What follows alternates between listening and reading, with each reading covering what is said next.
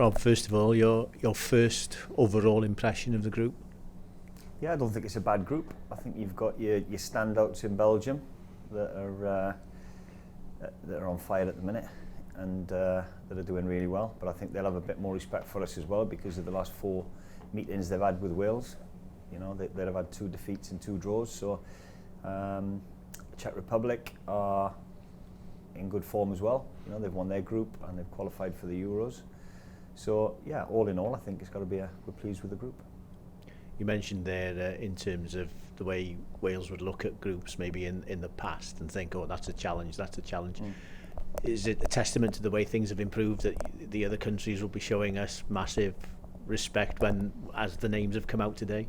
Yeah, I think so, absolutely. I think you know, we've shown in recent games, in the last couple of years now, that the development in football in general with the team has improved. We're going into games full of confidence. The unbeaten record is great for qualifiers, and Ryan from the start has not been afraid to throw young lads in, and now we're reaping the rewards of that, and I think they're only going to get better. So, you know, we're in good form at the minute.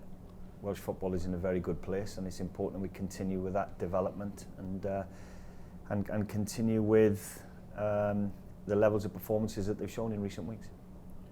I suppose most will look at the group and see Belgium, Wales, and think Belgium, one of the best teams in the world for the last few years. Our record is exceptional against them in the last 4. Everyone will remember the 2016 game. A lot has changed since then, though, especially from a Welsh perspective in terms of personnel. Yeah, it has. It's more or less, you know, there's a couple of same faces that played in that game. But in the main, there's a change in the squad, and some of the younger players have stepped up now. And like I said, you know, it's the experience they're getting in competitive games, and that winning mentality, that winning feeling, is invaluable for them. But yeah, it's a different group of players, but I think have been watching how Wales have developed over the last couple of years, and like I said, respect is the word, you know, and there's no team in that group that you can't underestimate any of them. You've got to show them all the same respect, and it's about us sustaining our levels of performance that we have done like I said, in recent weeks, months, and if we do that, then we'll hold ourselves a good chance of doing all right in the group. Back-to-back qualifications for the Euros, winning the Nations League group. This is the ultimate challenge now again on top of that, isn't it? To qualify for the World Cup for the first time since 1958 would be some achievement.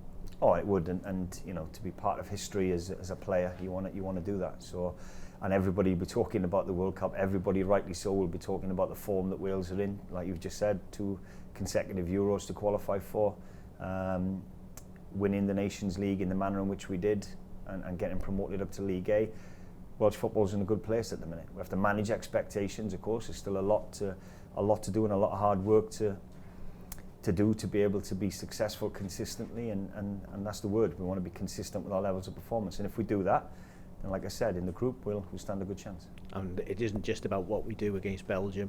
You know from past history, okay, we're in pot 2, but Belarus, Estonia, we can't afford any slip-ups in countries like that, and we've suffered them in the past.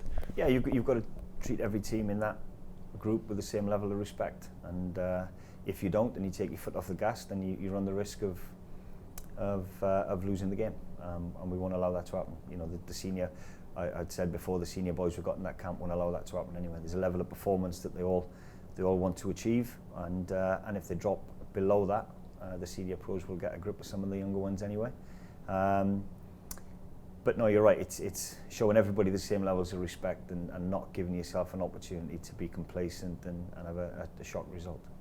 And finally, we've seen in some of the matches being played, especially Premier League, a couple of thousand fans back in grounds, but the atmosphere is a marked difference even with just a couple of thousand. It could be very important to have those fans back when it comes to the start of these qualifiers, because definitely I think, you know, the red wall, the anthem, everything, it's all been missed hugely, hasn't it? Oh, absolutely. And I think my first game up with Ryan last September, you know, I've been in the crowds when it's sung, and I've been there for the 21s games and as a player. But when you stood on the side and the band plays and then the band stops and the supporters take over, wow, I'd never experienced anything like that. you know, literally the hairs on the back of your neck stand up, and I haven't got a lot of them, but they were standing, and it was unbelievable, and we've missed that, absolutely. I know the players have, we have as coaches, and the sooner they're back in, the better, and we want them to be back involved and see us live again, and the way we played in the last few games has been great, but we want the supporters back in now. Brilliant. Thanks, Rob. Cheers.